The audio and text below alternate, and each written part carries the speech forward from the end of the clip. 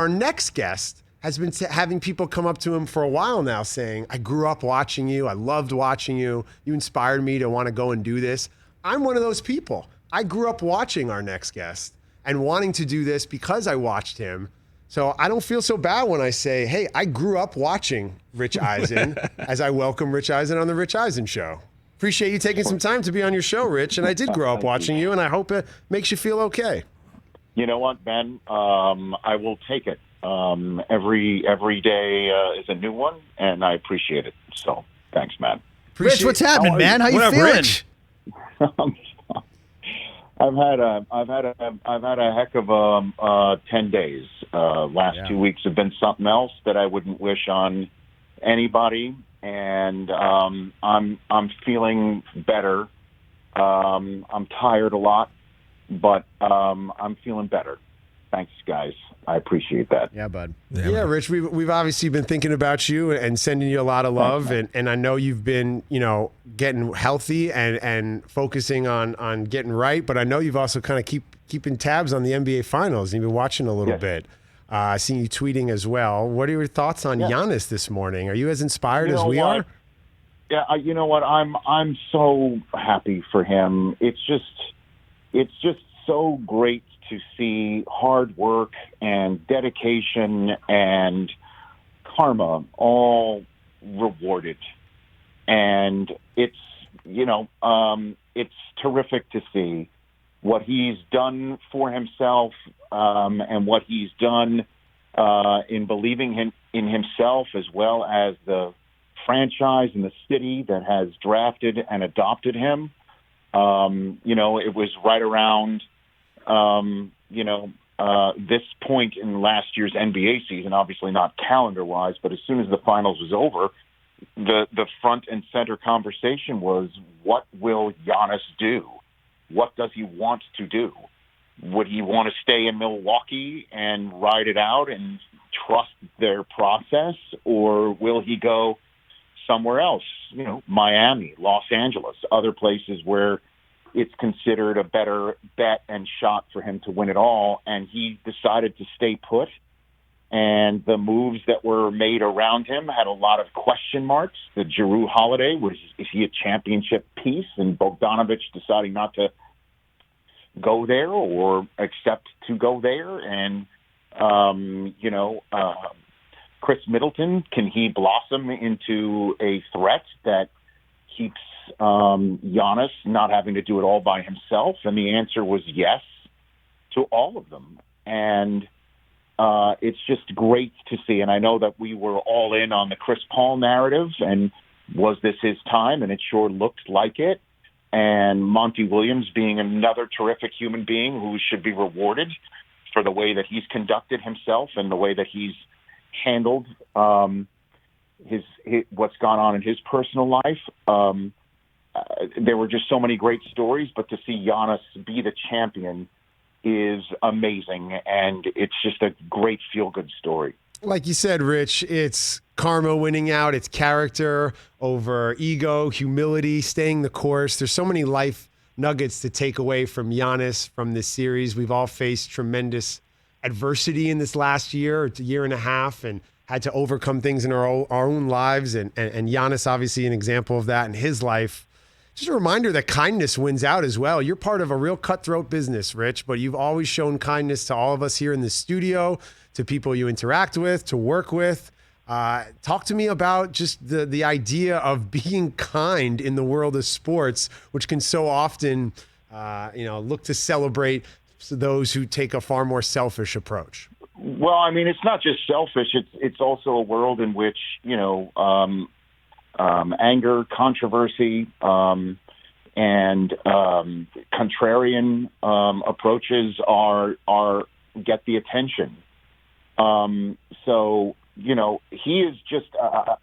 That's why I tweeted out a video of him from last year or pre-pandemic. I think it could be 2 years ago, of a little girl going up to him with a jersey for him to sign at some signing, and he gets this folder from this girl, and she explains to him that she's done a bunch of drawings of him, and she wanted him to have it. And he stopped doing what he was doing and got up from his table to go around and hug her. And this little girl starts tearing because her hero or someone she looks up to and lionizes decided to just do a common, decent human thing, which many people don't expect of individuals who are put on a pedestal. And that's why I wanted to send that video out. Better than the video of me saying that I would never have broken up last year's Heat. Yeah. Don't worry, Rich. We mentioned that earlier. I know, Ben, I know Brockman and TJ are just really like champing at the bit to dig into that rather than the very kind approach to this interview you have taken. Yeah, the Google machine is working on overdrive here today. We already brought that up, We Ben. definitely mentioned that earlier, Rich. It's totally fine. Yeah. It's totally My fine. worst take ever. I've already copped to it. I copped to it well in advance of this conversation and deep in ago in the playoffs. It really is my worst take ever. And didn't take long for that to age poorly. Nope.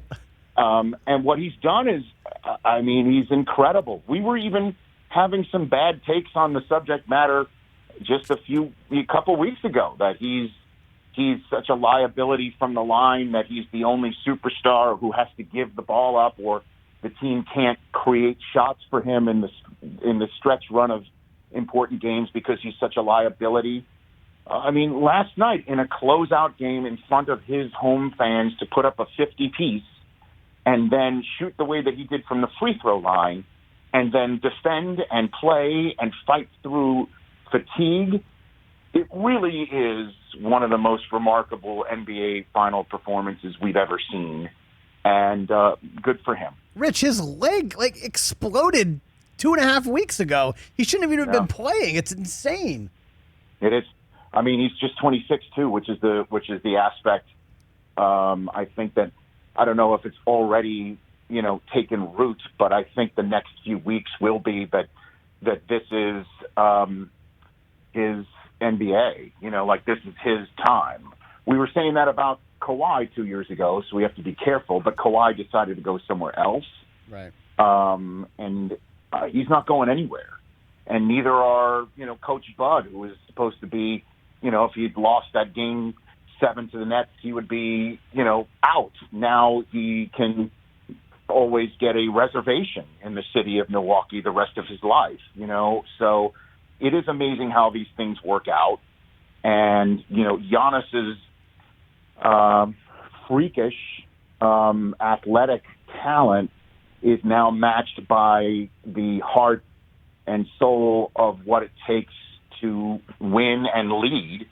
And congrats to Middleton and Portis and Holiday and the rest of the team to raise their games along with him. Ben Lyons on with Rich. This is the Rich Eisen Show. Rich, oftentimes, as much as I love the NBA Finals, some sadness starts to seep in the day after because I realize it's going to be a while until we see NBA basketball. However, we're blessed with the Olympics coming up. We're going to see both Team USA for the men and women do their thing across the pond. So basketball fans will get great Olympic basketball. We'll also get a great show tonight on NBC. You're hanging out with the Jonas Brothers. The Olympic Dreams, often referred to as the fourth Jonas brother. What's it like hanging out with those guys? And tell us about the show tonight. Well, I did not hang with the guys.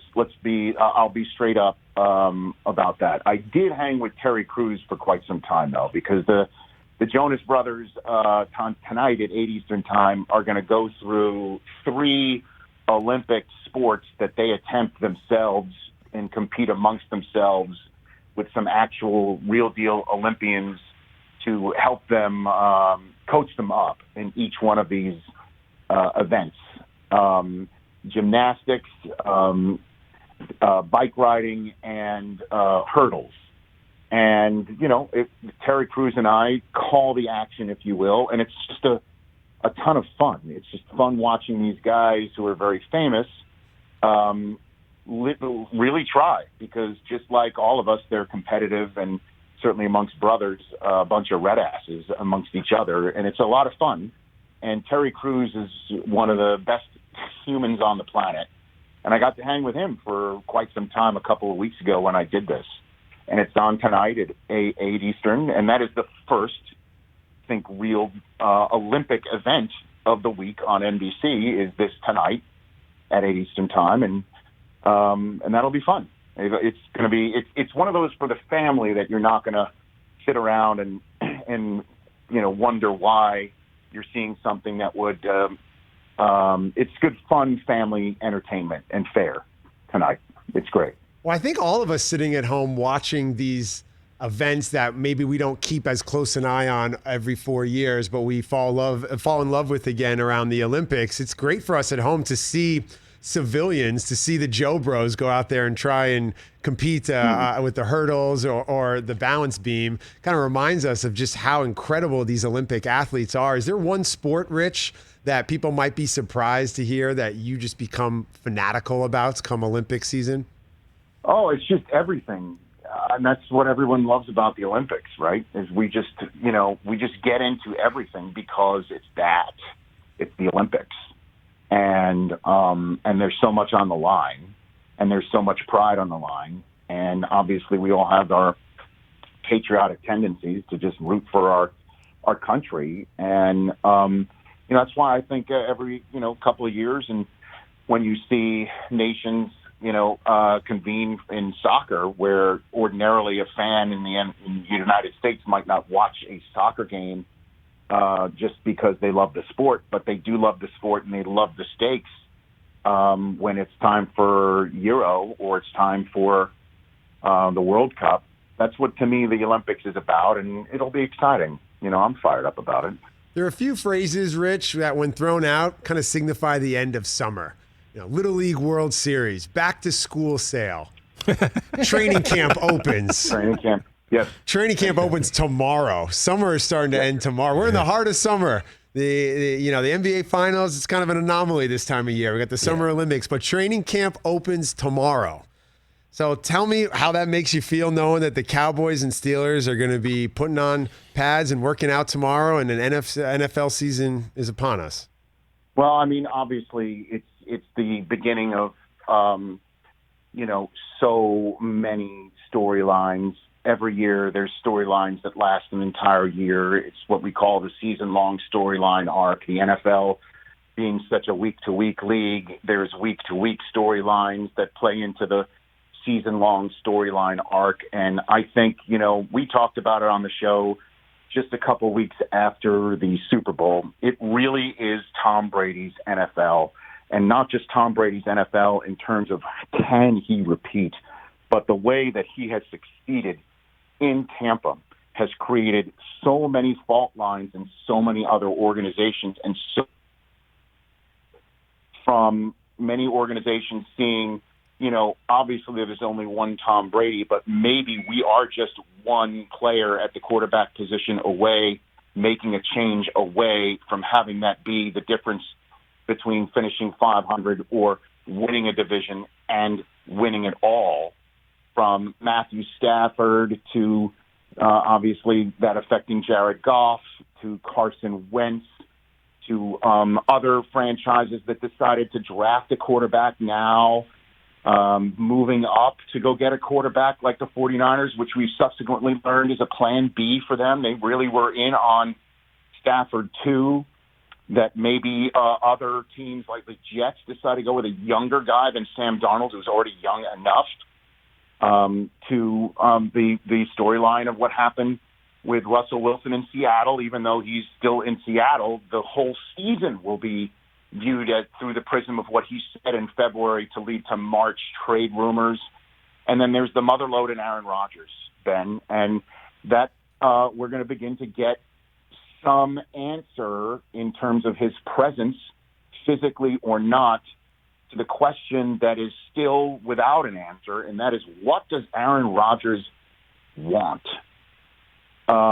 If he wants to get out of Green Bay right now, I don't believe he will get that exit visa, because Green Bay would rather hold on to Rodgers, let him sit through an entire season out if that's really what he wants to do, and then trade him for draft choices that a team will give them atop a draft, as opposed to giving him the exit visa now, taking those draft choices, and watch Rodgers make those draft choices worse for Green Bay.